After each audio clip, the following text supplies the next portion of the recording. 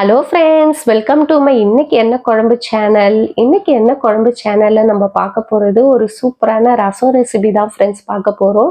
இந்த ரசம் ரெசிபி நீங்கள் வீட்டில் செய்யும்போதே எல்லாருமே கேட்பாங்க, என்ன செய்கிறீங்க, ரொம்ப வாசனை சூப்பராக இருக்குது அப்படின்னு. அந்த அளவுக்கு ஒரு ருசியான ரசம் இது, அவ்வளோ நல்ல வாசனையாக இருக்கும்.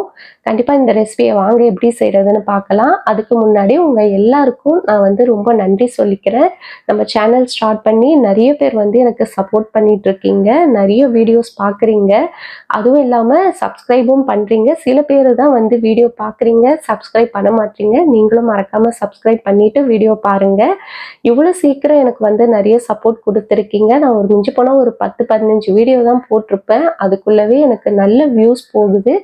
உங்கள் எல்லாருக்கும் நான் ரொம்ப நன்றி சொல்லிக்கிறேன். கண்டினியூவாக நம்ம சேனலை தொடர்ந்து பாருங்கள். வாங்க இப்போ வீடியோக்குள்ளே போகலாம்.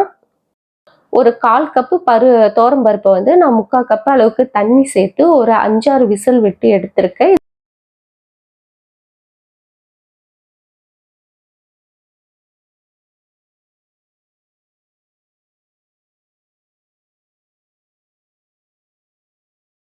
ஃபர்ஸ்ட் இதுக்கு ஒரு ரசம் பவுடர் அரைக்க போகிறோம். அதுக்கு ஒரு பேனில் கொஞ்சமாக 1 டீஸ்பூன் அளவுக்கு எண்ணெய் ஆட் பண்ணிக்கோங்க.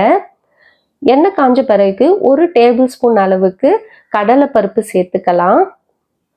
அது கூடவே 1 டேபிள் ஸ்பூன் அளவுக்கு முழு தனியா ஆட் பண்ணிக்கோங்க. 1 டீஸ்பூன் அளவுக்கு சீரகம், 1/2 டீஸ்பூன் அளவுக்கு முழு மிளகு சேர்த்துக்குங்க. இது கூடவே ஒரு 3 காஞ்ச மிளகாவையும் ஆட் பண்ணிக்கலாம். 1 டேபிள் ஸ்பூன் அளவுக்கு துருவின தேங்காய் ஆட் பண்ணிக்கோங்க. கொஞ்சமாக கருவேப்பிலையும் சேர்த்துக்கிட்டு இதை நல்லா வதக்கி விட்டுடலாம். ஒரு 3-4 நிமிஷத்துக்கு இதை நல்லா வதக்கி விட்டுருங்க. பருப்பு எல்லாமே கலர் சேஞ்ச் ஆகி வரணும். இப்போ இதை நல்லா வறுப்பட்ட பிறகு சூடை ஆற விட்டுட்டு இதை ஒரு பவுடராக அரைச்சி தனியாக வச்சுக்கோங்க. இப்போ ரசம் வைக்க போகிறோம். அதுக்கு ஒரு பேன் எடுத்துக்கலாம். இப்போ நான் கேஸை ஆன் பண்ணலை. இப்போ ஒரு நெல்லிக்காய் சைஸு புளியை தண்ணியில் கரைச்சி 1 கப் அளவுக்கு ஆட் பண்ணிக்கோங்க. அது கூடவே 2 தக்காளியை நான் இன்னைக்கு அரைச்சி ஆட் பண்ணியிருக்கேன். நீங்கள் பொடியாக கட் பண்ணியோ இல்லை ஒன்றும் பதமாக கட் பண்ணி கூட சேர்த்துக்கலாம். அந்த மாதிரி சேர்க்கும் போது எல்லாம் சாப்பிடும்போது எடுத்து போட்டுடுறாங்க. அதனால நான் பேஸ்ட்டாக அரைச்சி ஆட் பண்ணிக்கிறேன். உங்களுக்கு விருப்பம் இல்லைன்னா கையில் மசிச்சு கூட ஆட் பண்ணிக்கோங்க. இப்போ இது கூடவே ஒரு 1/2 டீஸ்பூன் அளவுக்கு மஞ்சள் தூள் சேர்த்துக்கோங்க. 1 டேபிள் ஸ்பூன் அளவுக்கு வெல்லத்தை கொஞ்சமாக தண்ணியில் கரைச்சி வடிகட்டி இதையும் இதில் ஆட் பண்ணிக்கலாம். இப்போ நம்ம அரைச்சி வச்சிருக்க ரசம் பவுடரையும் சேர்த்துக்குங்க. நான் ஒரு சின்ன பிஞ்சு அளவுக்கு பெருங்காய கட்டி ஆட் பண்ணிக்கிறேன். நீங்கள் தூள் பெருங்காயம் வேணும்னாலும் சேர்த்துக்கலாம்.